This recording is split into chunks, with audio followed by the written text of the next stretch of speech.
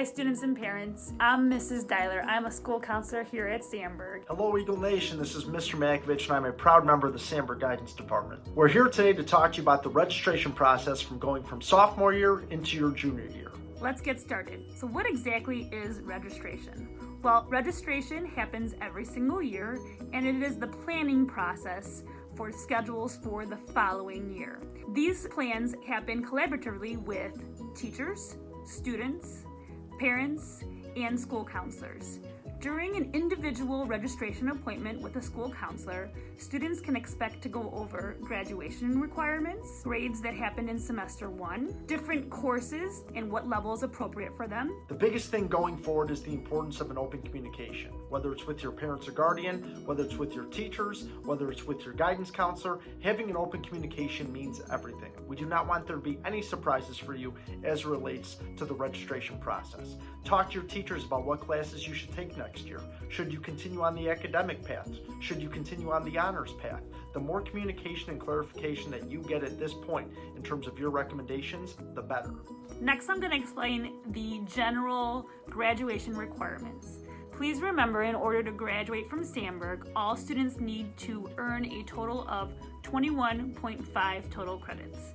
Year-long courses are worth 1 total credit, and any semester-long course is worth a half credit. In addition to 21.5 credits, to graduate, students will also need to complete 25 hours of community service. So in order to graduate, every student will need to have 4 years of English. They will need 3 years of math, 2 years of a science, 2 years of a social studies, one of which includes government, which you may be in right now, and the other is U.S. history. Students will also have to complete a half credit of consumer education requirement. They'll have 4 years of PE that are required, with the exception of 1 semester being health, and then students will need to complete elective credits. Please make sure to check out the websites of the colleges and universities that you're interested in attending. It's important for you to realize how many years you need of each specific subject area. We want to make sure that you are enrolled in the classes that you need that would give you the best chance of admission into your desired college or university.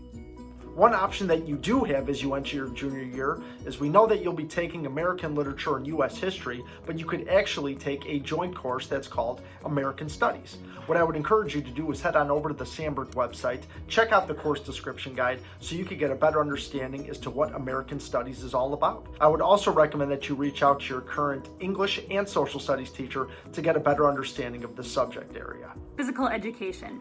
Remember that this is a graduation requirement, and you've already taken these classes your freshman and sophomore year. Well, junior and senior year, there are more options that are available to you. A good resource is your current PE teacher. They can tell you all about each of the classes. We have the following options available: junior senior girls and junior senior boys PE. We have a course called Strength and Conditioning. We have Adventure Ed 1 and 2, Dance Exercise, Dance 1 and Dance 2. We have Fitness and Nutrition, Lifeguarding. We also have 2 application programs, which are for the Junior Leaders Program and for the People Program. If you have completed the application, during your registration appointment, you will find out if you are a leader for either of these 2 programs. Across the board, we have so many different options to provide you in terms of electives as you head into your junior year. Whether it's facts, business, art, music, foreign language, capitalize on these incredible resources that we have in our building. The more things that you're able to explore by the time you graduate, the better. You get better exposure into things that you could potentially pursue for life after high school. So what does a common junior schedule look like? Please know that we will be sending you a template of this as well so that you can kind of fill that in as you go. You would have English.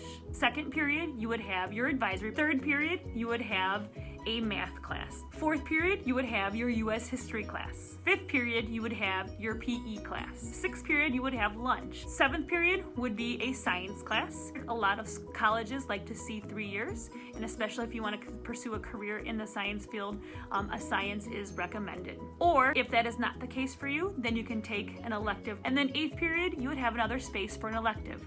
More information will be coming your way as to how the actual registration process will take place. But as of right now, all we encourage you to do is to plan, prepare, communicate, and have a general understanding as to which classes you would like to pursue for next year. As always, if you need anything at all, please reach out to your guidance counselor. We're here to help you every single step of the way.